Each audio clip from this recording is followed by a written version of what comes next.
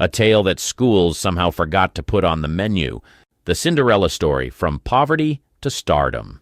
Once upon a time, in the land of pizza, pasta, and Pavarotti, a young girl named Sophia Viviani Ciccolone was born.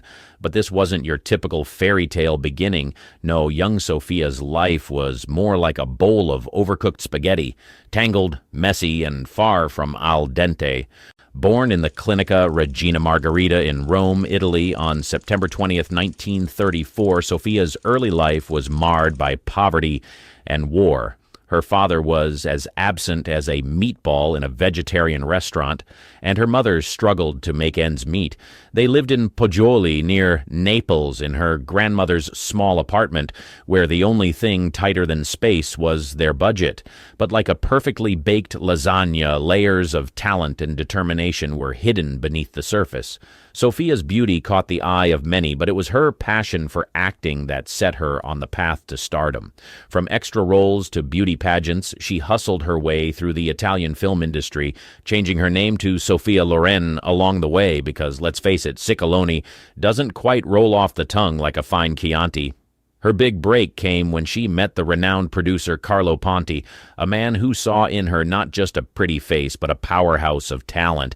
Together they embarked on a journey that would take Sophia from the humble streets of Pozzuoli to the glittering stages of Hollywood. Sophia's rise to fame was like a perfectly timed risotto, slow, steady, and worth every minute. She became an icon, a symbol of Italian cinema, and a woman who defied the odds, and all this without a fairy godmother or a magical pumpkin carriage, just pure grit, talent, and a sprinkle of Italian charm. But if you think this rags-to-riches story is the most intriguing part of Sophia's life, then buckle up, dear viewer, because what comes next is a love affair so captivating it could make Romeo and Juliet look like a casual fling. Ready to dive into the romance that rocked the world? Stay tuned, because the next chapter is a love story fit for the silver screen. Ah, Hollywood, the land of glitz, glamour, and beauty standards that could make even a supermodel feel like a potato. But when Sophia Loren strutted into Tinseltown, she brought with her a secret ingredient that left everyone's jaws on the red carpet. What was it, you ask? Was it a magical potion, a secret serum? Nope. It was something far more Italian: confidence, authenticity, and a love for pasta. You see, Sophia Loren's beauty was as unique as a truffle in a sea of mushrooms. Her voluptuous figure, dark hair, and striking features were a far cry from the typical Hollywood starlet of the time. While others were sipping on diet shakes and counting calories, Sophia was indulging in her favorite Italian dishes and embracing her natural beauty. Her famous quote, "Everything you see, I owe to spaghetti," wasn't just a witty one-liner. It was a testament to her belief that beauty comes from being true to oneself. And let's be honest, if spaghetti can make you look like Sophia Loren, then pass the Parmesan, please. But Sophia's beauty wasn't just skin deep. Her confidence and authenticity shone through in her performances, making her a standout in an industry that often valued appearance over substance. She refused to conform to Hollywood's narrow standards, turning down offers to change her name or undergo plastic surgery. In an era where many actresses were molded to fit a certain mold, Sophia was a breath of fresh air, as refreshing as a scoop of gelato on a hot Italian summer day. Her approach to beauty and self-care was simple yet revolutionary. She believed in natural remedies like olive oil baths and a good night's sleep, practices that were as Italian as a perfectly tossed pizza. Sophia's beauty routine was less about hiding flaws and more about celebrating what made her unique, and celebrate she did. Sophia Loren became a symbol of timeless beauty, an icon who defied the norms and showed the world that true allure comes from embracing who you are. Her beauty secret wasn't hidden in a bottle or a surgeon's office. It was in her attitude, her love for life, and her ability to enjoy a hearty plate of pasta without a shred of guilt. But wait until you hear about the love story that swept her off her feet. A romance so grand it could make a Hollywood scriptwriter blush. Ready to dive into a love affair for the ages? Stay tuned, because what comes next is amore on a whole new level. A love affair for the ages, the untold story of Sophia and Carlo Ponti. Love. It's the stuff of legends, the inspiration for countless poems, songs, and cheesy romantic comedies. But when it came to Sophia Loren and Carlo Ponti, Love wasn't just a fleeting emotion, it was an epic tale that could rival any Shakespearean drama. A love story so grand it makes Cinderella's glass slipper look like a fashion faux pas. Carlo Ponti, a renowned film producer, first spotted Sophia Loren in a beauty pageant. It was a moment that could only be described as love at first sight, or perhaps love at first cannoli, considering their shared Italian heritage. Sophia was a rising star, and Carlo was a man with a vision. Together, they were a match made in cinematic heaven. But like any great love story, theirs was not without its twists and turns. Carlo was, unfortunately, already married, and divorce was as rare in Italy as a bad espresso. The legal entanglements were more tangled than a bowl of overcooked linguine, but love, as they say, finds a way. The couple navigated the legal maze with the finesse of a gondolier gliding through the canals of Venice. They became French citizens, allowing Carlo to obtain a divorce and marry Sophia in 1957. It was a move that raised eyebrows and made headlines, but for Sophia and Carlo, it was a testament to their commitment and love for each other. Their relationship was more than just a romantic connection. It was a partnership that shaped both their careers. Carlo produced many of Sophia's films, guiding her to international stardom, while Sophia became Carlo's muse, inspiring him to create cinematic magic. Through the years, their love endured the pressures of fame, the scrutiny of the media, and even legal battles. They stood by each other as steadfast as the Leaning Tower of Pisa, minus the leaning part, of course. Their love was genuine, passionate, and as enduring as a well-aged Parmigiano Reggiano. But what comes next is a night filled with glamour, excitement, and a scandal that could only happen in Hollywood. Ready to step into the glitzy world of the Oscars? Stay tuned, because the next chapter is a night to remember, with a twist that you won't see coming. The Oscar night scandal, when Sophia almost missed her big win. The Oscars, a night where stars shine brighter than a freshly polished Vespa, and dreams come true on a stage adorned with golden statuettes. But for Sophia Loren, the night of her big win was almost a missed opportunity. A near disaster that could have turned her Cinderella moment into a pumpkin mishap. It was the year 1962, and Sophia was nominated for Best Actress for her role in La Chiocciara, Two Women. The buzz around her performance was as electric as a Roman thunderstorm, but Sophia was skeptical. The thought of losing on live television was as appealing as a burnt tiramisu, so she decided to skip the ceremony and stay in Italy. But fate, like a persistent Italian nonna, had other plans. As the ceremony unfolded, Sophia's name was announced as the winner, making her the first actor to win an Oscar for a non-English speaking role. The applause was thunderous, but the winner's seat was as empty as a wine barrel after a village feast. The news reached Sophia in Italy, and her reaction was a mix of shock, joy, and a dash of "Mamma Mia!" She later received her Oscar in a more private setting. But the story of her almost missed win became a legendary tale in Hollywood. Sophia's Oscar win wasn't just a personal triumph, it was a milestone for international cinema. Her performance broke barriers and opened doors for non-English-speaking actors, proving that talent knows no language barriers. It was a win for diversity, a win for authenticity, and a win for spaghetti lovers everywhere.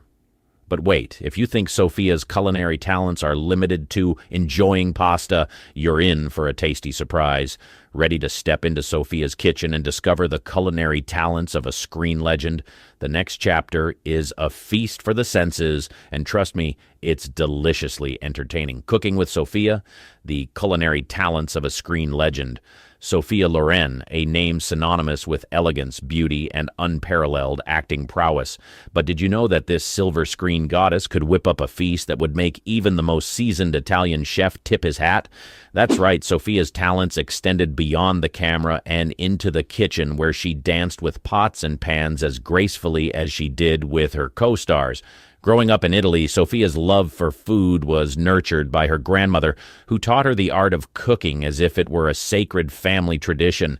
For Sophia, food wasn't just sustenance, it was a connection to her roots, a celebration of her culture, and a way to bring people together.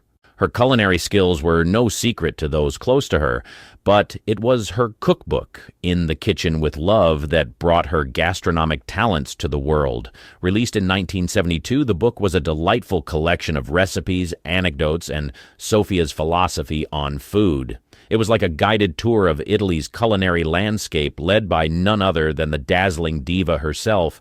From mouth-watering pasta dishes to delectable desserts, Sophia's recipes were a reflection of her personality, bold, authentic, and full of zest.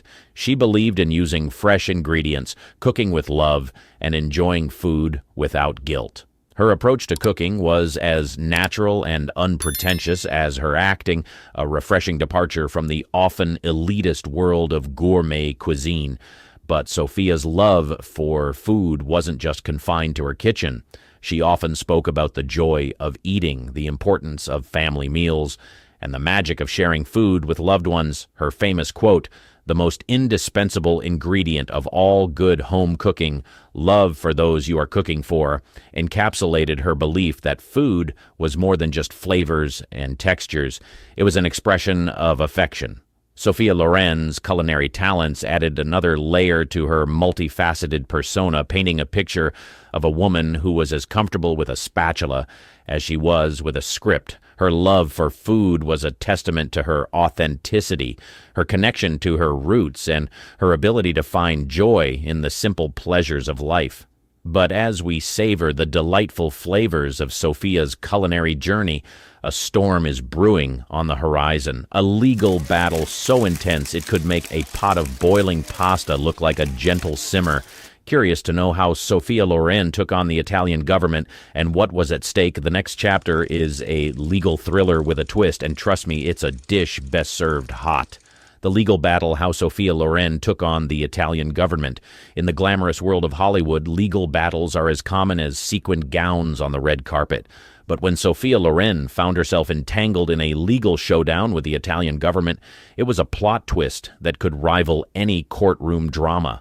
The story begins in 1974 when Sophia was accused of tax evasion by the Italian authorities. Now, we all know that dealing with taxes can be as confusing as trying to decipher an Italian opera without subtitles, but this was no ordinary tax dispute. This was a battle that pitted one of Italy's most beloved stars against the very country that had nurtured her talent. The charges were serious and the stakes were high. Sophia was accused of underreporting her income, a claim that she vehemently denied. The legal proceedings were as intricate as a handcrafted Venetian lace with twists and turns that kept everyone on the edge of their seats. Sophia's defense was as passionate as one of her on-screen performances. She argued her case with the conviction of a woman who knew she was in the right. But the Italian legal system was a labyrinthine maze, and Sophia found herself caught in a web of bureaucracy and legal technicalities. The trial dragged on, turning into a spectacle that captured the attention of the media and the public. Sophia's reputation was on the line, and the pressure was as intense as a Neapolitan espresso. But through it all, she remained poised, dignified, and unyielding in her pursuit of justice. In a shocking turn of events, Sophia was found guilty and sentenced to 30 days in prison. It was a verdict that sent shockwaves through Italy and the world. The idea of an icon like Sophia Loren behind bars was as unthinkable as a pizza without cheese. But Sophia's story doesn't end in despair. She served her sentence with grace, turning her time in prison into a period of reflection and growth. Her legal battle became a symbol of her resilience, her unwavering belief in her innocence, and her commitment to standing up for what she believed in. Sophia's legal battle with the Italian government was more than just a headline-grabbing saga. It was a testament to her character, her integrity, and her indomitable spirit. It was a chapter in her life that revealed the strength and courage of a woman who was not afraid to take on the system and fight for her truth. But if you think this legal battle is the most dramatic part of Sophia's life, brace yourself. Up next is a tale of love, struggle, and triumph that will tug at your heartstrings. Ready to explore Sophia's journey into motherhood and the challenges she faced. The next chapter is a heartfelt story that will leave you inspired and moved. A mother's love, Sophia's struggle and triumph in motherhood. Motherhood, a role that's as challenging as it is rewarding, a journey filled with love, sacrifice, and moments that can melt even the coldest of hearts. For Sophia Loren, becoming a mother was a dream that she cherished, but it was a dream that came with its share of trials and tribulations. Sophia's desire to have children was as strong as her love for acting, but fate had other plans. She suffered through multiple miscarriages, each one a heartbreaking setback that tested her resilience and strength. The pain of losing a child is a wound that never truly heals, and Sophia's struggle was a poignant reminder of the fragility of life. But Sophia was not one to give up easily. Her determination to become a mother was as unbreakable as her on-screen persona. She sought medical help, explored options, and never lost hope. Her journey was a testament to her faith, her courage, and her unwavering belief in the power of love. Finally, in 1968, Sophia's dream came true when she gave birth to her first son, Carlo Ponti Jr. The joy of holding her child in her arms was a moment that transcended all her previous successes and accolades. It was a triumph that was personal, intimate, and profoundly moving. A few years later, Sophia welcomed her second son, Eduardo Ponti, into the world. Her family was complete, and her happiness knew no bounds. Sophia embraced motherhood with the same passion and grace that she brought to her acting. She was a hands-on mother, involved in every aspect of her children's lives, nurturing them with love, wisdom, and a touch of Italian flair. Sophia's journey into motherhood was not a fairy tale. It was a real, raw, and often painful experience. But it was a journey that she undertook with dignity, perseverance, and an unshakable belief in the power of love. Her story is a reminder that dreams do come true, but they often require faith, courage, and the strength to overcome seemingly insurmountable obstacles. The Unbreakable Bond, Sophia's relationship with Cary Grant. In the glitzy world of Hollywood, friendships are often as fleeting as a shooting star, but the bond between Sophia Loren and Cary Grant was a connection that defied the norms of Tinseltown. It was a friendship that was genuine, deep, and unbreakable, a relationship that transcended the superficiality of fame and fortune. The story of Sophia and Cary's friendship began on the set of Houseboat in 1958. Cary, the suave and sophisticated leading man, was instantly smitten with the young and vivacious Sophia. Their chemistry on screen was palpable, but it was their off-screen connection that truly set tongues wagging. Cary was enchanted by Sophia's charm, her wit, and her authenticity. He saw in her a kindred spirit, a woman who was grounded and real despite her meteoric rise to stardom. Sophia, in turn, was drawn to Cary's warmth, his intelligence, and his genuine interest in her well-being. Their friendship blossomed into a deep and meaningful connection, one that was built on mutual respect, trust, and affection.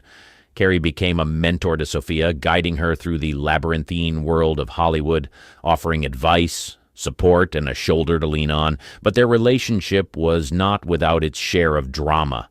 Cary's feelings for Sophia grew into something more profound, something that went beyond mere friendship. He proposed to Sophia, a gesture that was both romantic and complicated. Sophia, who was already involved with Carlo Ponti, was torn between her affection for Cary and her commitment to Carlo. In the end, Sophia chose Carlo, a decision that could have shattered her friendship with Cary, but their bond was stronger than any Hollywood script, and their friendship endured.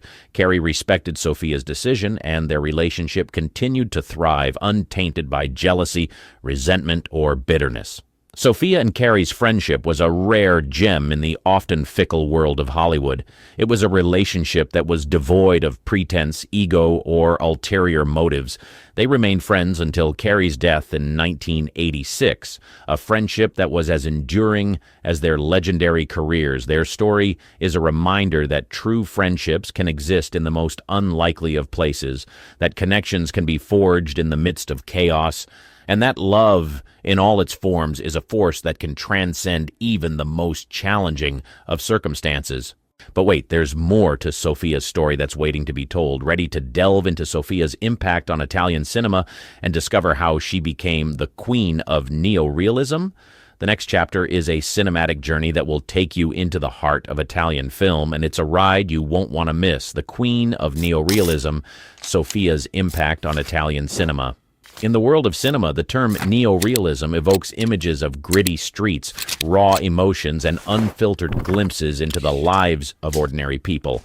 It's a movement that revolutionized Italian cinema, and at the heart of this transformation was none other than Sophia Loren. Sophia's journey into the world of neorealism began with her roles in films like Two Women, 1960, where she portrayed characters that were real, relatable, and devoid of Hollywood glamour. Her performances were a departure from the stereotypical portrayals of women on screen, and they resonated with audiences who saw in her characters reflections of their own lives. In Two Women, Sophia played the role of a mother struggling to protect her daughter during World War II. Her performance was raw, powerful, and devoid of artifice.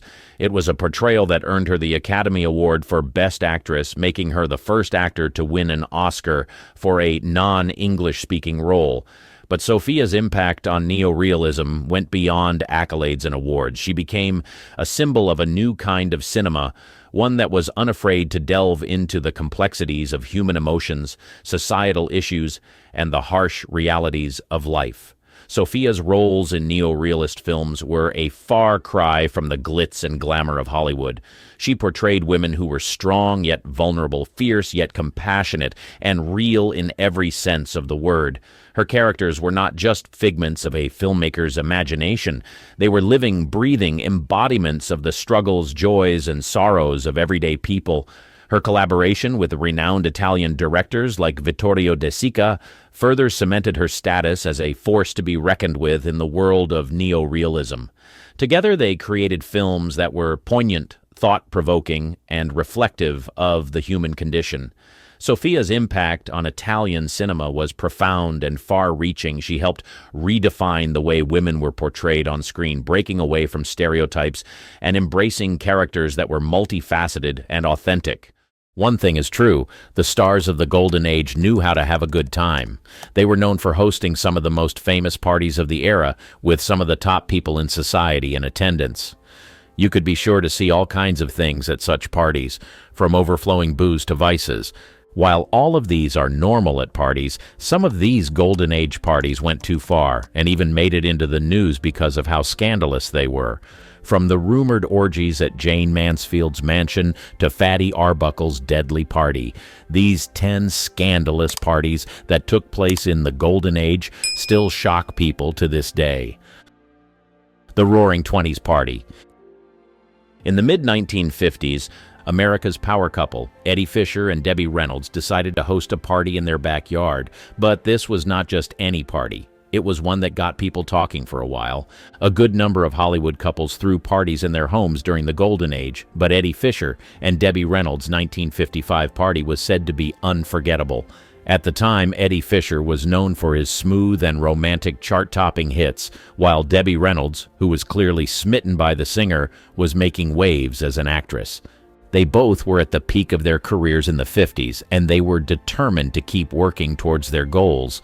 But every now and then, the couple loved to unwind and have fun by partying. Achieving such great things and getting famous in their 20s left them feeling fulfilled, and what better way to celebrate than to organize a party-themed Roaring Twenties. They wanted to enjoy their youth along with friends, and that was exactly what they did.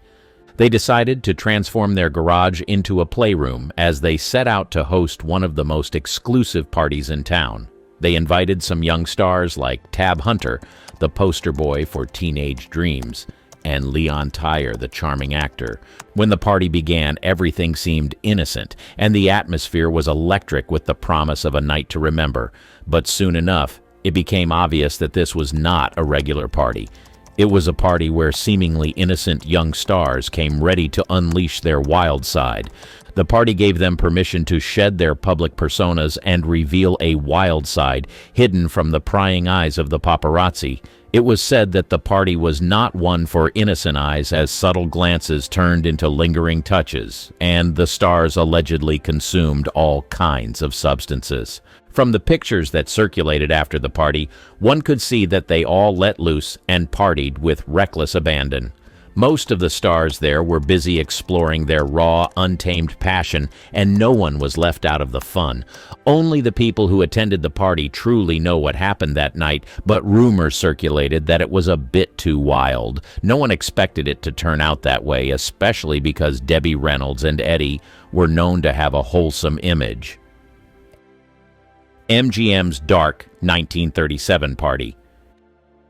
The MGM's Grand Party in 1937 was an event that a lot of people enjoyed, but for one actress, Patricia Douglas, it turned into a night she desperately wanted to erase. According to reports, the party was organized in Los Angeles in honor of MGM's top salesman. There were already rumors about the strange things that the top men in the studio did behind closed doors, but not many people knew the extent of it. Before the party began, the studio brought the salesman in by train from different parts of the country, and it looked like it was going to be the most glamorous party of the year. The event was extravagant, with star-studded meet and greets, marching bands to lead the way, and even a fleet of motorcycle cops providing a grand entrance. There was a private rail car brimming with promise, booze, and lively conversations. To commence the ceremony, which was to take place at the famous Ambassador Hotel, MGM's Louis B. Mayer stepped on stage and gave a speech. But it was after the ceremony that the convention's grandeur took a dark twist. The centerpiece was a lavish party with the comedic brilliance of Laurel and Hardy and the mesmerizing Dandridge sisters. And there was an open bar, ensuring that spirits were as high as the Hollywood Hills. Yet, amid all the dazzle, Patricia Douglas, a dancer and movie extra, found herself in a nightmarish situation. She was one of 120 young women told they were destined for an on-location film shoot that evening. However, once they arrived, they realized they were trapped in an event with a sinister underbelly. It was said that the party was not a normal party, but a stag party. Several strange acts were rumored to have taken place on that night, but one of the most shocking was what happened to the young actress Patricia Douglas. As the night wore on, Douglas, amid the glitz and glamour, was allegedly targeted by a drunken salesman who not only forced her to consume alcohol, but also took alleged advantage of her. Never in her lifetime would she have thought that someone would do such a thing to her. She was devastated and shocked, but Patricia was not one to stay silent. She raised her voice and spoke out about what happened to her. She explained every detail, hoping to get justice. Unfortunately, the court was not exactly in her favor, not because she was lying, but because MGM allegedly made the story disappear. MGM didn't want the world to know that one of their best salesmen took advantage of an underage girl at a party they organized. This kind of scandal would have tarnished the image of the studio forever, so they used their influence to make the scandal disappear. Jayne Mansfield's Wild Mansion Party. Mansfield was a Hollywood star who defined the word wild. She was known for her fearless embrace of sensuality and glamour. Her figure-hugging outfits, her trademark blonde bombshell hair, and her smile were the weapons in her arsenal. She made sure the cameras loved her, and they sure did. But the wildness didn't stop at her looks. Jane was a party animal, and her Hollywood Hills mansion was the backdrop for some of the wildest soirees that ever graced the hills. If you want to have an idea of what her parties looked like, picture a mansion in the Hollywood Hills with the stars twinkling overhead and the poolside lit up like a movie set. This was the setting for one of Jayne Mansfield's notorious house parties, a place where the word excess took on a whole new meaning. Excessive drinking, late-night revelry, and perhaps more were part of the package. There are rumors that these soirees weren't just about clinking glasses and polite chit-chat. The night would often take on a more uninhibited vibe, with guests participating in some, let's say, risque activities. There were rumors that her guests got involved in orgies during these parties. Some people even said she taped these acts for her guests. Yet it wasn't just about the parties. Jayne Mansfield was also known for her infamous affairs with some of the biggest names of the time, including Robert Kennedy and his brother John F. Kennedy. And it's safe to say that both Kennedys seemed to have a thing for the blonde bombshell. What happened behind the closed doors of Jayne Mansfield's house remains veiled in the allure of an era when stars lived larger than life. The Las Vegas Wild Party. Although the stars of old Hollywood partied a lot, these parties were mostly private and exclusive. Most times, only the stars in attendance witnessed firsthand what really happened in these parties. However, some of these parties made it to the tabloids because of the rumors that circulated about them. One of these parties was a 1950 Las Vegas party that played host to Montgomery Clift and an array of luminaries. On this particular night, a lavish party was about to unfold within the hallowed walls of a nightclub. The club was said to have imported several Hollywood stars for the party, which started off as a banquet.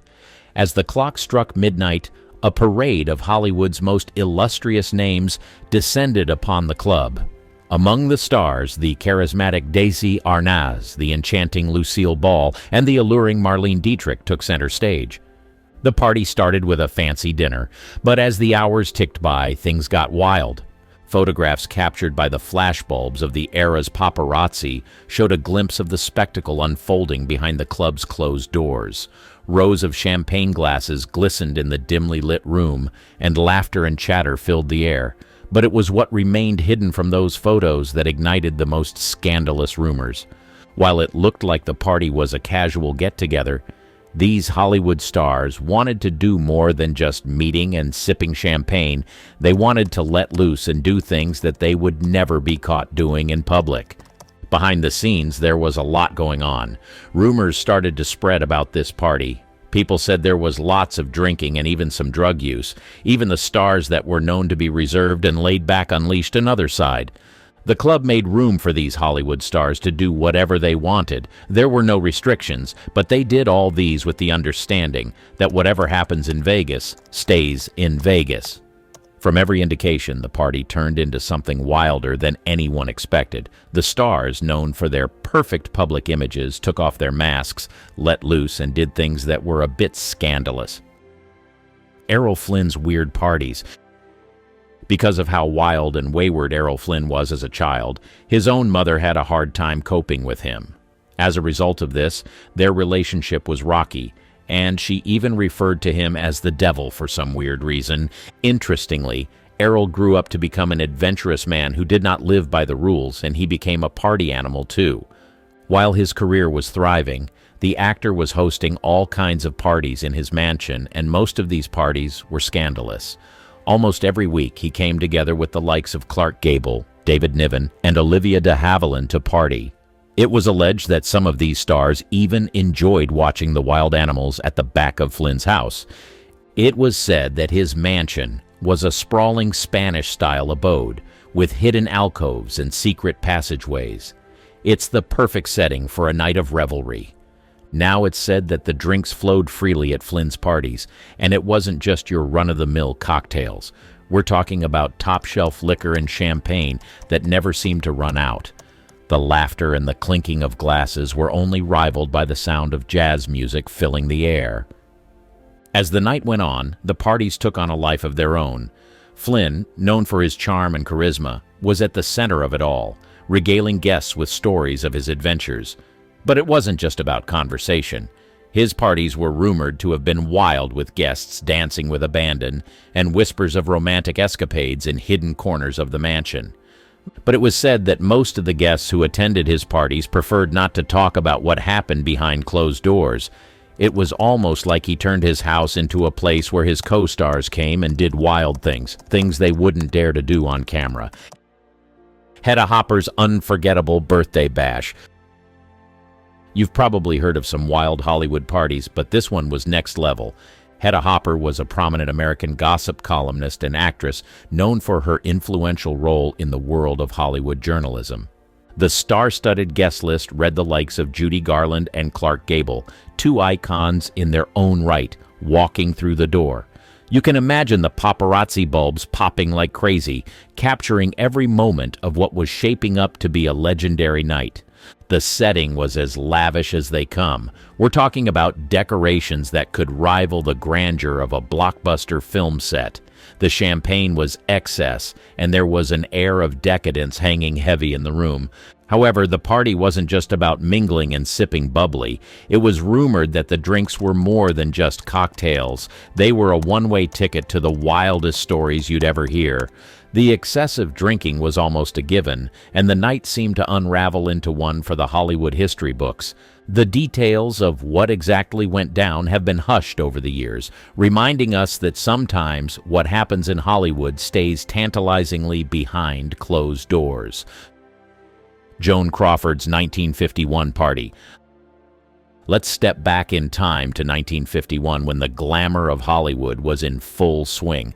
A party to remember was in the works, and the star of the show, none other than Joan Crawford herself. The party took place at Stork Club, New York, but it was not your regular party. The Stork Club in Hollywood is a name that resonates with late-night revelry and the kind of extravagance that only old Hollywood could conjure. This was the place where Frank Sinatra crooned, Marilyn Monroe dazzled, and Humphrey Bogart owned the night. But that fateful night, Joan Crawford was the star of the night. Joan Crawford was known for being one of the most prominent and versatile actresses in the golden age of Hollywood. She was celebrated for her remarkable career, spanning several decades, and was renowned for her roles in films like Mildred Pierce, Possessed, and The Woman. The actress was also said to be a free spirit. When it came to partying, she did whatever she pleased. So on that starry night, Joan Crawford arrived at the Stork Club in grand style, ready to let loose and paint the town red. Rumor had it that the party took a wild turn. The party may have looked like an innocent gathering on the surface, but it was nothing close to innocent behind closed doors. After the party, photographs from the party began to circulate like wildfire and showcased Joan, the epitome of Hollywood elegance, letting her hair down, indulging in vices, and having the time of her life. It was a party where some glamorous stars had their moments of wild abandon. Sophia Loren's Los Angeles party. It was the year 1957, and Sophia Loren was throwing a party that was about to go down in Hollywood's history. If you've ever seen that iconic snapshot of Sophia eyeing Jane Mansfield's daring cleavage, well, that's just a sneak peek of what was in store that fateful night. The Paramount Pictures lot was buzzing with anticipation, all for the lady of the hour, Sophia Loren. You see, this wasn't your average soiree. This was an ode to glamour, star power, and a touch of wildness. Hollywood bombshells and the creme de la creme of Tinseltown's leading men were in attendance. The guest list read like a Hollywood Walk of Fame. But it wasn't just the people in attendance that caught people's attention. It was the things that they indulged in. If there was a queen of wild parties, it would be her. And guess what? She was there, right by Sophia's side. You just knew this night was about to take a walk on the wild side. The pictures from the party showed that Jane Mansfield had let go completely and was ready to have a good time. Behind those closed doors, things were heating up. People indulged in vices, puffing on cigarettes and sipping cocktails like there was no tomorrow. The air was thick with laughter, secrets, and that unmistakable Hollywood magic. People whispered about clandestine affairs, hidden rendezvous, and wild antics that made this party legendary. The truth is, it played out just like any other wild Hollywood soiree, excess, indulgence, and stories to tell for years to come. Sophia Loren's 1957 party was a night to remember, or maybe one to forget, depending on how much you indulged. The Wild Garden of Allah party. The Garden of Allah was a grand stage for Hollywood's wildest rendezvous in the 1920s and 30s. This wasn't just a hotel, it was a swirling maelstrom of glamour, gin, and gossip. The things that happened in this hotel would shock anyone who wasn't part of Hollywood's elite. Imagine stepping through the hotel's grand entrance, the faint strains of jazz dancing in the air. The lobby, adorned with Art Deco splendor, was calm before the storm. Once you entered the heart of the hotel, the real revelry began. This was the place where the likes of Errol Flynn partied. Excessive drinking was practically a Garden of Allah ritual. The bartender, a maestro of mixology, concocted cocktails that could make Hemingway blush. As the night aged, so did inhibitions. The stars, whether Fitzgerald with his novels or Flynn with his swashbuckling charm, were no strangers to the allure of a well-filled glass. But it wasn't just the booze that flowed there. It was secrets and scandals, too. You'd find affairs blooming amidst the potted palms, trysts concealed behind heavy velvet curtains. Stars whispered sweet promises under dim chandeliers, knowing full well that the dawn would uncover their transgressions. Gossip flowed through the garden like the wine in their glasses. In 1930, a notorious party at the garden had F. Scott Fitzgerald at the center of a fiery altercation. He reportedly threw a champagne glass at his wife Zelda during a heated argument. The party didn't just end in a whisper, it made headlines across the nation. These parties were wild. The Garden of Allah was a melting pot of vice and virtue, an incubator for scandal and salacious stories. Imagine, in the 1920s and 30s, the world was emerging from the constraints of prohibition, and Hollywood had a thirst to quench. If you'd attended, you'd be swept into a tempest of cocktails and carousing, where the laughter was raucous, the music was intoxicating, and the shadows concealed more than you could imagine. It was a place where stars shone brightest and fell hardest, where Hollywood's secrets and sins were laid bare under the California stars. These parties were a whirlwind of decadence and debauchery, where the only rule was to indulge in every whim. The excesses of the Marion Davies Beach House. On the sun-kissed shores of Santa Monica in the 1920s, that's where you'd find the exclusive world of Marion Davies Beach House bashes, where the newspaper magnate William Randolph Hearst and his mesmerizing mistress Marion Davies played host to extravagant gatherings that redefined the very essence of opulence. It was in this very house that a Hollywood star almost got shot. The scene was set against the backdrop of the Pacific Ocean, where golden sands met the blue horizon. The likes of Charlie Chaplin, the silent film maestro, and Greta Garbo, the enigmatic siren, were said to have partied there. However, chaos wasn't just a stranger, it was an unwelcome guest at these parties. The very extravagance that made these parties legendary also made them vulnerable to spiraling into mayhem. It wasn't unusual for the evening to end in a storm of shouting, shoving, and sometimes even broken glasses. For example, a notorious incident took place in 1924 when Hearst, known for his temper, allegedly pulled a gun on fellow guest Charlie Chaplin during an argument. It was the sort of drama that would give tabloids enough material to fuel their presses for weeks. If you were to attend such parties, you'd be a witness to history, a participant in the surreal world where excess was an art form. You'd see stars of the silver screen at the pinnacle of their fame, dressed in their finest, yet sometimes descending into the depths of chaos. You'd see the allure of Hollywood, but also the dark side of indulgence. These beach house bashes weren't just parties, they were a representation of the things that happened when Hollywood stars came together and decided to indulge in whatever they wanted to do. When the cameras were not present, these beach house bashes were a source of escape from the pressures of fame. From the start of Hollywood, there has never been a shortage of juicy scandals and salacious love affairs.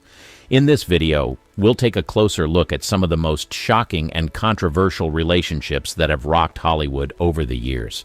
We'll explore the details of each scandal, the fallout, and the impact that these relationships had on the lives and careers of the celebrities involved.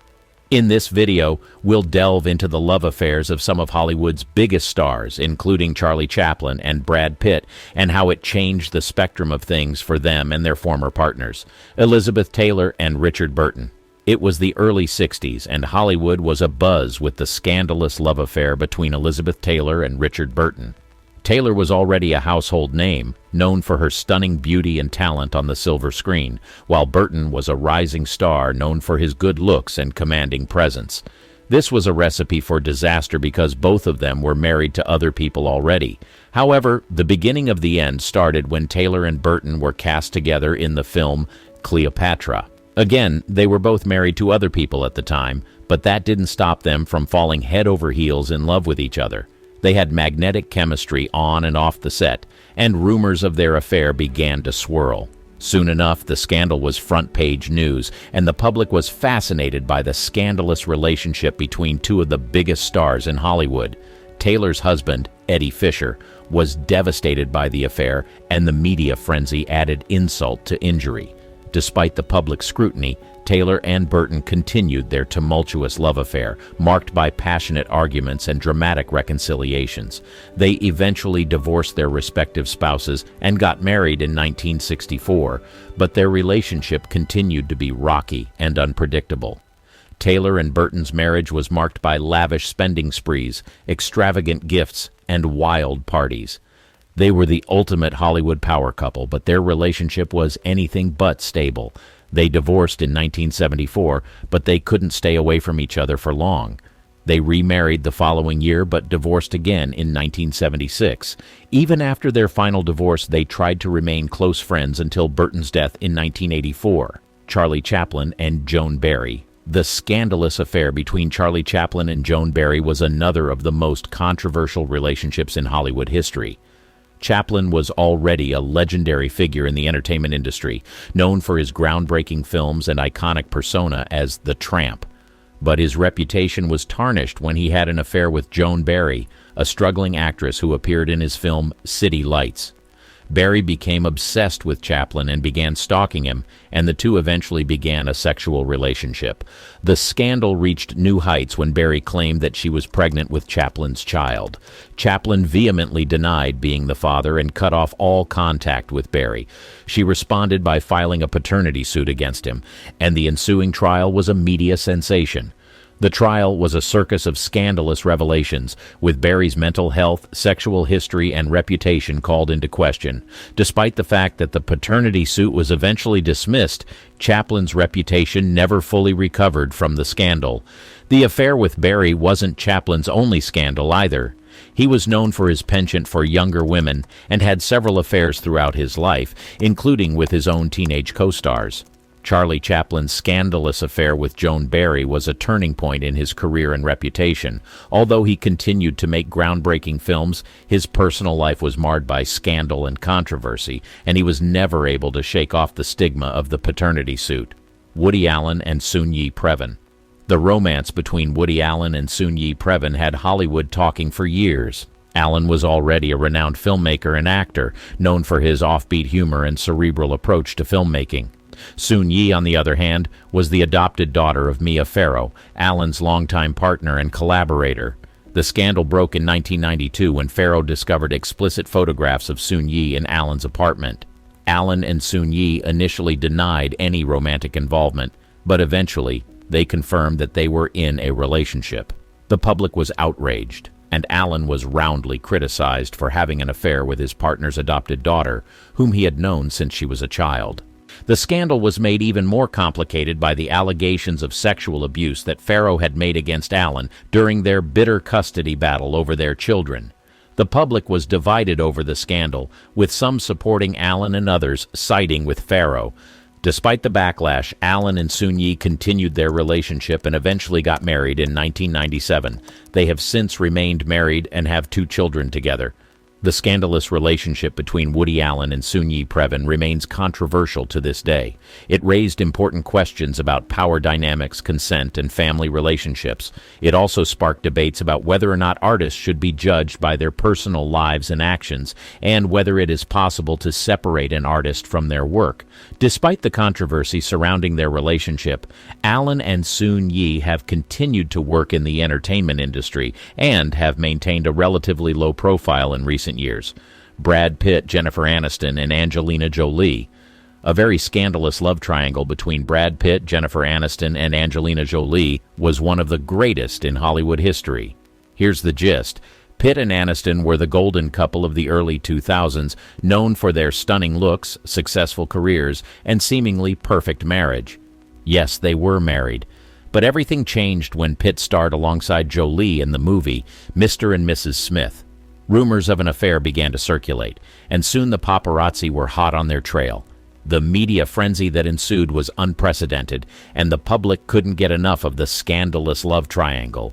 Some who considered themselves sensitive wondered how all these would have affected Aniston, but the media didn't care. Pitt and Jolie were a hot new couple, even though Pitt was married to Aniston at the time. But a few years later, an announcement was made that shook Hollywood fans to their bones. Pitt and Aniston eventually announced their separation in 2005, and sad as that may have been, Pitt seemed to move on fast, as just a few months later, he and Jolie were spotted vacationing together in Kenya with Jolie's adopted son, Maddox. The media frenzy only intensified, and the public was captivated by the sordid details of the affair. Pitt and Jolie's relationship continued to be shrouded in scandal, with rumors of infidelity and substance abuse dogging them at every turn. They eventually got married in 2014, but their marriage was short-lived, and they announced their separation in 2016. The scandalous love triangle between Brad Pitt, Jennifer Aniston, and Angelina Jolie remains one of the most talked-about relationships in Hollywood history. It was a story of betrayal, heartbreak, and public scrutiny, and it captivated audiences around the world. Although the three stars have moved on with their lives, the scandalous affair continues to be a hot topic of conversation, with fans and media outlets dissecting every detail of the tumultuous relationship, even to date. Johnny Depp and Amber Heard. The controversial scandal between Johnny Depp and Amber Heard needs no introduction to Hollywood fans. It was and still is the talk of the decade.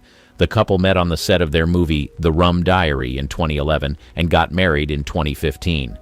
However, their marriage was plagued by rumors of domestic violence and substance abuse, and in 2016, Heard filed for divorce, alleging that Depp had physically assaulted her. The divorce proceedings were highly publicized, with both parties making allegations of abuse against each other. The scandal continued to unfold in the media, with leaked recordings of conversations between Depp and Heard adding fuel to the fire. The controversy also had an impact on Depp's career, with the actor being dropped from the Pirates of the Caribbean franchise and other film projects. In the quiet corners of a 1970s Los Angeles, a city pulsating with dreams and disillusionment, where Tanya's journey in the enigmatic world of fame began. Beneath the glow of the Californian sun, her story unfolded like a delicate origami, each fold a hidden aspect of her life waiting to be discovered. In this realm of eternal youth and beauty, where the stars are born and often forgotten, Tanya's presence was like a comet. She blazed across the Hollywood sky, leaving a trail that many admired, but few truly understood. Behind the camera flashes and the red carpet smiles, there were layers to her story that remained unseen, untold. Her early beginnings were marked not just by ambition, but by a resilience that defied the odds. From her modeling days to her transition to the silver screen, each step was a dance of determination and vulnerability. But what were the unseen challenges she faced, the battles fought away from the public eye? As the world remembers her for the iconic roles, the Angel in Charlie's Angels, the Jungle Queen in Sheena, and the Bond girl in A View to a Kill, there lies a narrative richer than any script. It's a story of personal life and relationships, of love found and lost in the whirlwind of fame. But who were the people that walked this journey with her, the ones who saw beyond the actress to the person she was? In the quiet afterglow of her career, as the curtains fell and the lights dimmed, Tanya's life took paths less traveled. Away from the limelight, she pursued passions and interests that painted a different picture, a contrast to her public persona. But what were these artistic pursuits, these causes that captured her heart and time? Early beginnings. In the complex life of Tanya Roberts, the threads of her early beginnings were woven with colors both vivid and somber, painting a picture far removed from the glittering lights of Hollywood. Born as Victoria Lee Blum in 1955, her early years unfolded in the Bronx, a world away from the palm-lined streets of Los Angeles where she would later find fame. Tanya's childhood was a mosaic of experiences, marked by the hustle of city life and the dreams that extended beyond the confines of her immediate surroundings. The Bronx of the 1950s and 60s was a place of contrasts where the harsh realities of urban life coexisted with the vibrant energy of a community rich in diversity and resilience. From a young age, Tanya exhibited a spark of creativity and a desire for expression. The bustling streets, the cacophony of city sounds, and the ever-changing faces around her were the backdrop of her formative years, each element imprinting upon her a sense of grit and determination. Yet within her there was a growing awareness of a world beyond, a place where her dreams could take flight. Her family life was a patchwork of love and challenges. The youngest of two children, Tanya's relationship with her parents and her sister was a foundational aspect of her early years. Her father, a fountain pen salesman, and her mother, a homemaker, provided a home environment where imagination was nurtured, but the realities of life were never far from the surface. The decision to leave high school at 15 marked a turning point in Tanya's journey. It was a bold move, driven by a restless spirit and a yearning for something more. The conventional path was not for her. Tanya sought a road less traveled, one that would lead her to explore the depths of her own potential. Her early foray into modeling was a testament to her fearless pursuit of her dreams. With no roadmap to guide her, Tanya navigated the competitive world of modeling with a mix of naivety and boldness. The experience was both exhilarating and daunting, a trial by fire that tested her resolve and shaped her understanding of the world of glamour and its pitfalls. The modeling days. Before the bright lights of Hollywood beckoned, Tanya Roberts' journey into the world of glamour and fame began on the runways and photo shoots of the modeling industry. These formative years were a crucible in which her aspirations were tested, her resolve strengthened, and her identity as a performer began to take shape. In the modeling world of the 1970s, Tanya found herself amidst a realm that was both dazzling and demanding. It was an industry where beauty and youth were commodities, traded on the currency of looks and allure. For a young woman from the Bronx, this world was as intimidating as it was enchanting, a place where dreams could be both made and unmade. Tanya's entrance into modeling was not a tale of instant discovery or meteoric rise. It was a path marked by persistence and hard work. She graced the pages of catalogs and appeared in commercials, each job a stepping stone, a lesson in the art of presentation and self-confidence. The camera loved her, capturing her natural beauty and the unspoken strength that lay behind her eyes. Yet the modeling industry was also a landscape of challenges. It was a world that often valued surface over substance, where the pressures to conform to certain standards were constant. Tanya navigated these pressures with a mix of grace and grit, learning to maintain her sense of self amidst the whirlwind of expectations and scrutiny. During her modeling days, Tanya also began to explore the possibilities of acting. The transition from modeling to acting is a path tread by many, but successful navigation requires more than just a photogenic presence. It demands an inner depth, an ability to connect with emotions and convey them through the lens of a character. For Tanya, modeling was both a platform and a classroom. It taught her the nuances of working in front of a camera, the discipline of long hours, and the art of portraying an image. But perhaps most importantly, it ignited in her a desire to tell stories, to move beyond the still image and into the realm of narrative and expression. The transition to acting. Moving from modeling to acting for Tanya Roberts was a journey marked not just by a change in profession, but a profound evolution in her artistic expression. It was a leap into a world where the nuances of character and emotion took center stage, a world vastly different from the visual focus of modeling. In the late 1970s, as Tanya embarked on this new path, she stepped into an industry that was both alluring and notoriously difficult to navigate. Hollywood, with its bright lights and grand promises, was a land of opportunity, but also of fierce competition. For every success story, there were countless tales of dreams unfulfilled. Tanya's foray into acting began with small roles, each a stepping stone towards greater visibility. These early parts were often in television, a medium that offered a plethora of opportunities for budding actors. Shows like Charlie's Angels and Fantasy Island became platforms for her to showcase her talent beyond her physical beauty. The transition was not without its challenges. The skills required for acting were different from those of modeling. Tanya had to learn the art of embodying a character, of delivering lines with authenticity, and of engaging with other actors in a shared narrative space. It was a learning process that required not just talent, but resilience and adaptability. One of the significant hurdles in this transition was the typecasting often faced by models moving into acting. There was a tendency in Hollywood to pigeonhole them into roles that focused on their looks rather than their acting abilities. Tanya, with her striking features and model background, had to work hard to prove her worth as a serious actor. Despite these challenges, Tanya's determination and passion for acting shone through. She took acting classes, honed her craft, and gradually began to earn roles that allowed her to reveal the depth of her talent. Her breakthrough came with the role of Julie Rogers in Charlie's Angels, where she not only displayed her physical prowess, but also brought a sense of strength and complexity to the character. Tanya's transition from modeling to acting is a story of transformation and perseverance. It highlights the journey of an artist seeking to redefine herself, to break free from the mold, and to explore the full spectrum of her creative potential. In this journey, Tanya Roberts emerged not just as a beautiful face, but as a dedicated and capable actor, ready to leave her mark on the world of Hollywood. Charlie's Angels. The addition of Tanya Roberts to the iconic television series Charlie's Angels in its final season was a moment of significant transformation in her career. Joining the ranks of this groundbreaking show, which had already become a cultural phenomenon, Tanya stepped into a role that offered her a new level of visibility and the opportunity to redefine her image in the acting world. As Julie Rogers, Tanya brought a fresh energy to Charlie's Angels. Her character was introduced as a street-smart, tough, and savvy woman with a mysterious past, a departure from the more polished personas of her predecessors.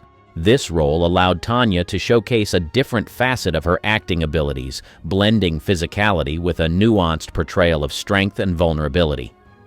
Being part of Charlie's Angels was both an opportunity and a challenge. The show was known for its blend of glamour, action, and drama, set against the backdrop of a changing social landscape where women were asserting their place in traditionally male-dominated spaces.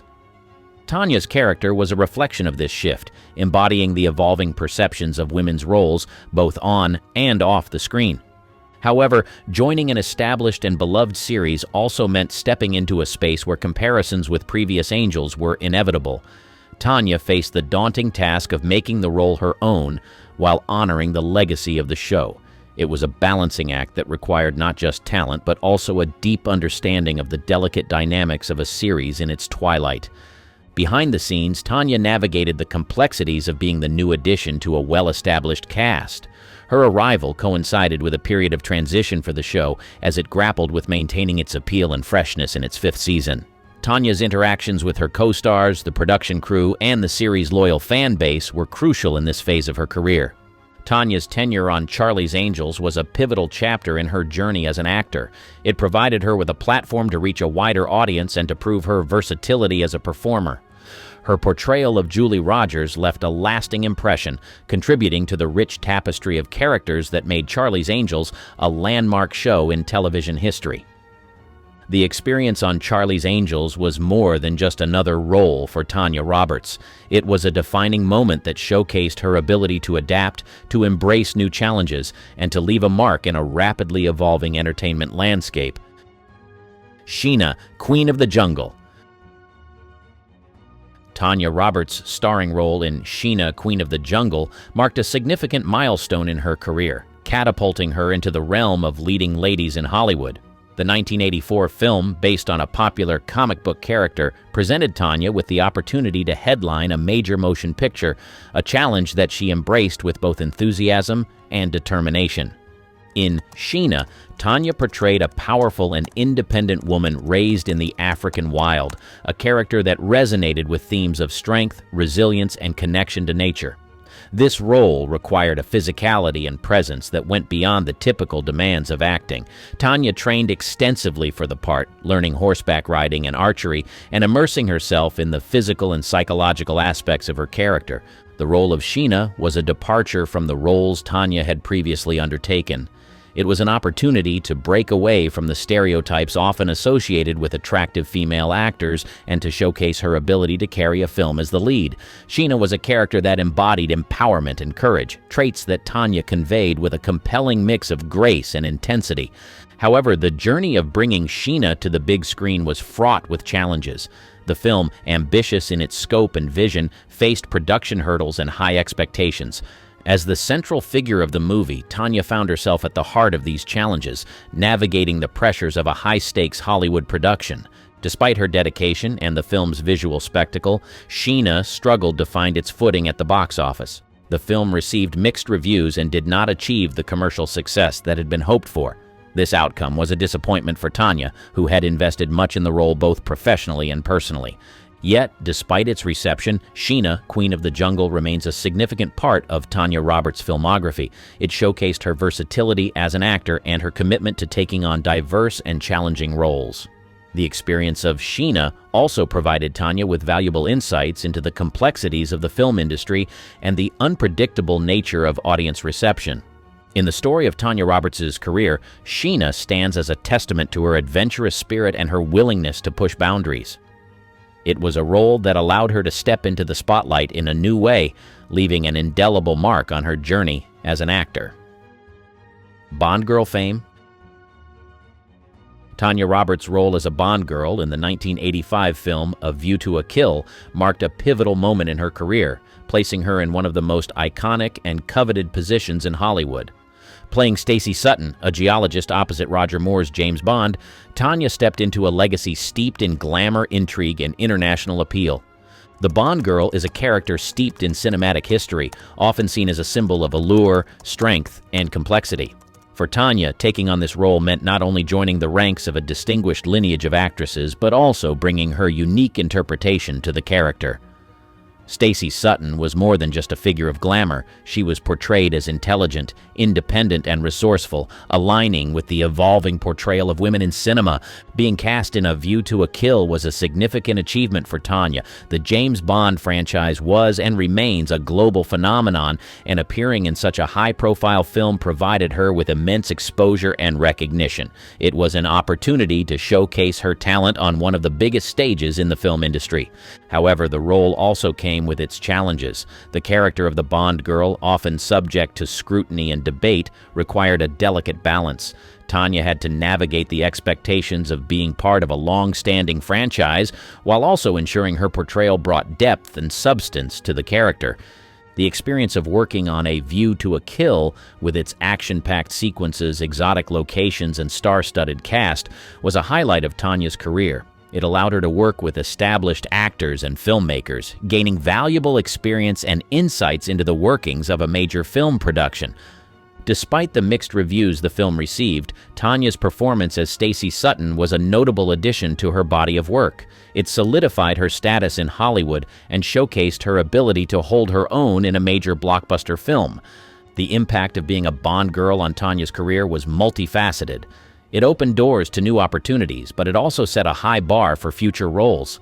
Her portrayal of Stacey Sutton in A View to a Kill remains a memorable part of her legacy, a role that encapsulated the glamour, adventure, and complexity that defined her journey in Hollywood. Personal life and relationships. Tanya Roberts' personal life was a tapestry woven with relationships that were both enriching and complex. Away from the public eye, her life was marked by connections that deeply influenced her, shaping both her personal and professional journey. Tanya's personal life, much like her career, was characterized by a sense of independence and a desire to forge her own path. Her relationships, though private, were an integral part of her story, each leaving an imprint on her life. These connections ranged from romantic partnerships to deep friendships and professional collaborations, each playing a role in her development as an actor and as a person. One of the most significant relationships in Tanya's life was her marriage to Barry Roberts. The couple met in line at a movie theater, and their connection was immediate. Barry, an aspiring screenwriter, became not just her partner in life, but also a collaborator and supporter of her career. Their marriage was a partnership that navigated the ups and downs of life in Hollywood, marked by mutual respect and a shared understanding of the industry's demands. Tanya's relationships within the Hollywood community were also a vital part of her life. She formed bonds with co-stars, directors, and other industry professionals, relationships that were built on mutual admiration and professional camaraderie. These connections often provided her with support and guidance as she navigated her career. Despite her public persona, Tanya valued her privacy and kept her personal life away from the spotlight. She faced the challenges and joys of her relationships away from the public eye, choosing to keep this aspect of her life separate from her professional persona. Philanthropic efforts and activism. Beyond the camera lights and the allure of Hollywood, Tanya Roberts was a woman of substance and compassion, deeply involved in philanthropic efforts and activism. Her contributions in these areas, though often overshadowed by her on-screen persona, were an integral part of her life and legacy. Tanya's involvement in charitable causes and activism stemmed from a genuine desire to make a difference. She used her platform and influence to support various initiatives, focusing on issues close to her heart. Her approach to philanthropy was personal and hands-on. She was not just a figurehead, but an active participant in the causes she supported. One of the key areas of Tanya's philanthropic work was animal welfare. She was a passionate advocate for animal rights, dedicating time and resources to various organizations and campaigns. Her love for animals was evident in her commitment to their protection and well-being, a cause that she championed throughout her life.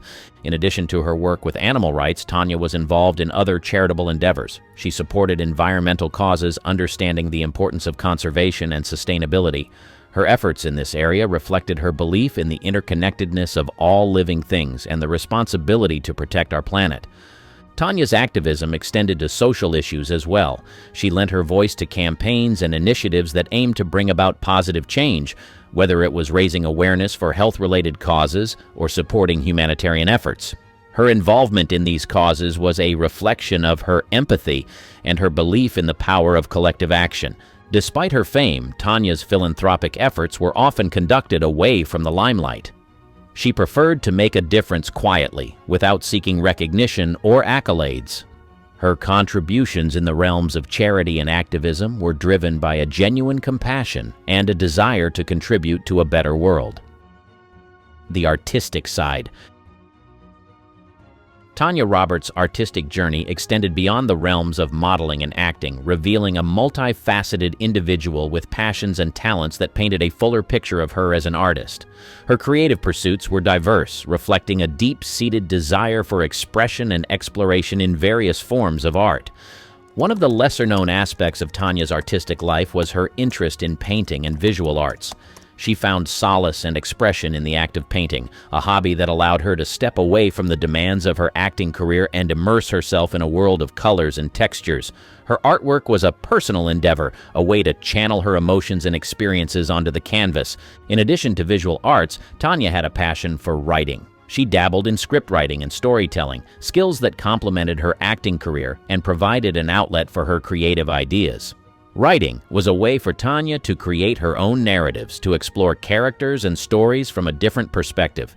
Tanya's artistic side also extended to her interest in fashion and design. Her sense of style, honed through her years in modeling, was evident in her personal fashion choices. She had an eye for design and aesthetics, a trait that she expressed in her everyday life and public appearances. Music was another realm where Tanya found artistic expression. While not a professional musician, she had an appreciation for music and its power to convey emotions and stories. Her taste in music was eclectic, reflecting her openness to various genres and her understanding of music as a universal language. Judy Garland's portrayal of Dorothy Gale in The Wizard of Oz captivated the hearts and minds of millions, transporting them on a journey down the yellow brick road. However, while she dazzled audiences on the silver screen through her role as Dorothy, very few knew what she went through behind closed doors. In an attempt to make her perfect for the role, the actress was put on a strict diet of chicken soup, black coffee, and cigarettes to maintain a slim figure. She was also given pills to help her stay awake during long filming hours and pills to help her sleep at night, which ultimately sparked her addiction to prescription drugs. You're about to uncover the sad truth behind the life of this woman that was once known as America's sweetheart, Judy Garland's early years in Minnesota. The story of this witty and smart screen legend began in the year 1992 in Grand Rapids, Minnesota.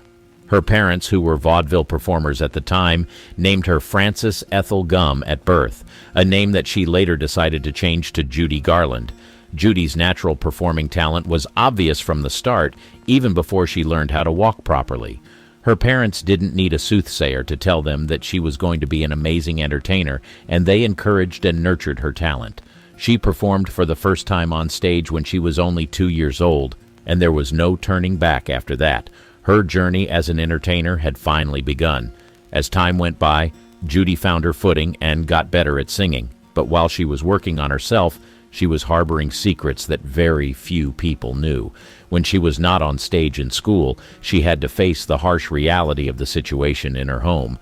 At the time, it was alleged that her father was romantically involved with younger men, amongst other issues which left the family in a vulnerable state.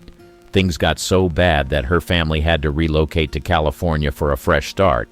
However, what was supposed to be a fresh start turned out to be the beginning of a life of tragedy and pain for Judy Garland. The controlling grip of her mother.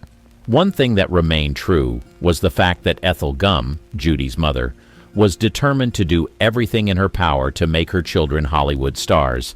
That was one of the things that led to Judy Garland and her sisters coming together to create a dance troupe called the Gum Sisters.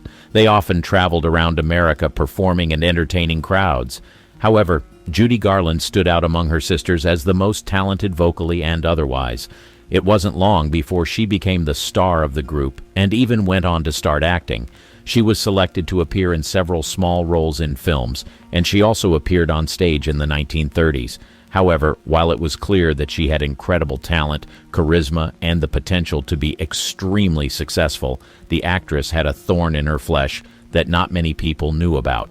Behind the scenes, Judy was struggling with a deep-seated fear and anxiety that had been instilled in her by her mother from a young age. Judy's mother had been a stage mother herself, pushing her daughters into show business at a young age. She was controlling and demanding, often forcing Judy to perform even when she was sick or exhausted. She also had strict rules about Judy's appearance, insisting that she maintain a certain weight and dress in a particular way. The effects of Ethel's control over Judy were devastating. Judy struggled with anxiety and depression throughout her life, often turning to drugs and alcohol to cope with the pressure of her career and the trauma of her childhood. According to some media publications, Judy's mom was allegedly the first person to introduce the actress to pills. When Judy was only 10 years old, her mother put her on a diet of pills which consisted of amphetamines in the morning, and she was also given sleeping pills in the night to be able to cope with the pressure of performing. Judy constantly felt like she was being changed into someone she was not. She struggled with self-esteem issues, constantly feeling like she wasn't good enough or even attractive enough. Anyone who saw the actress knew for a fact that she was attractive, but all the pressure that came at her at a young age made her question a lot about herself. It is quite unfortunate that her mother contributed to the torture she went through during her lifetime, and Judy Garland herself would later testify to things that her mother did. She didn't mince her words when she called her mother the real Wicked Witch of the West. As if the pressure that her mom put on her was not bad enough, Judy Garland faced even more challenges when she was given a contract by MGM. Hollywood's dark side, the alleged overworking of Judy Garland. On the surface, it seemed like Judy Garland had gotten the opportunity of a lifetime when she was selected as one of the young stars who would work with MGM. The actress was just 13 years old when she signed a contract with Metro-Goldwyn-Mayer in 1935. At the time, she had already been performing on stage and in films for several years, but the MGM contract launched her into superstardom. Her first major role with MGM was in the film musical Thoroughbreds Don't Cry in 1937, which helped to establish her as a talented actress and singer. Her career was progressing, and it was evident, but beyond the career growth, the actress was going through something that she could not speak about. While she worked with MGM, she was often required to work for insanely long hours. Most of her fans who found her performances incredibly interesting didn't know that the actress was overextending herself to create movies that were enjoyed by her audience. The actress was making over $100 per week, but the money could not take away the stress she experienced daily. The actress was required to juggle not one, not two, but 3 movies simultaneously. Her days were a grueling feat, starting with 3 hours of school in the wee hours of the morning, followed by intense singing rehearsals, and then hours upon hours of shooting scenes. These marathon days were no joke and often lasted well past midnight, with some not wrapping up until the sun began to peek over the horizon at 5 a.m. When she finally got her big break as Dorothy Gale in The Wizard of Oz, things got even worse. The role was originally supposed to go to someone younger, so the studio did everything in its power to make her look younger. To transform her into the perfect Hollywood starlet, the studio enforced a strict regimen on her. Day in and day out, she was subjected to a meager diet of chicken soup, black coffee, and a dangerous cocktail of diet pills and amphetamines. To achieve the desired look, her waist was cinched tightly with a corset, and her nose was molded with prosthetics. The lengths they went to create the ideal image of a leading lady were both astounding and alarming: love, heartbreak, and an untimely end. In a bid to gain her independence and break free from the control of her life, Judy Garland found herself making certain choices even if they were against her mother's wishes. One of these choices was her first marriage to David Rose. The marriage didn't last very long, and they later went their separate ways. While she was still pursuing her professional goals in the early 1940s, she also struggled with addiction to prescription drugs and alcohol, which would plague her for the rest of her life. In 1945, Garland married director Vincente Minnelli, with whom she had a daughter named Liza. However, their marriage was affected by Garland's personal and professional struggles, as well as Minnelli's infidelities. Soon enough, they too decided to split. Judy Garland's film career began to decline in the 1950s, but she found success as a concert performer, often selling out shows at prestigious venues like the London Palladium. However, her addiction and personal problems continued to impact her life, and she was fired from several film and stage productions. Judy Garland found love again in 1952 when she married her third husband, Sid Luft, with whom she had 2 children. Unfortunately, Judy Garland's struggles with addiction and emotional instability continued into the 1960s, and she often had to cancel or postpone performances due to health issues. In 1961, she was hospitalized for hepatitis, which forced her to take a break from performing. She kept struggling to keep her head above water, but the more she tried, the more she drowned in life's problems. But despite the challenges throughout her life, Judy Garland is remembered as a beloved performer and icon of the golden age of Hollywood. River Phoenix's tragic life is another example of a star whose life was cut short too early. Click on this video to uncover untold truths about the actor's life and sudden demise.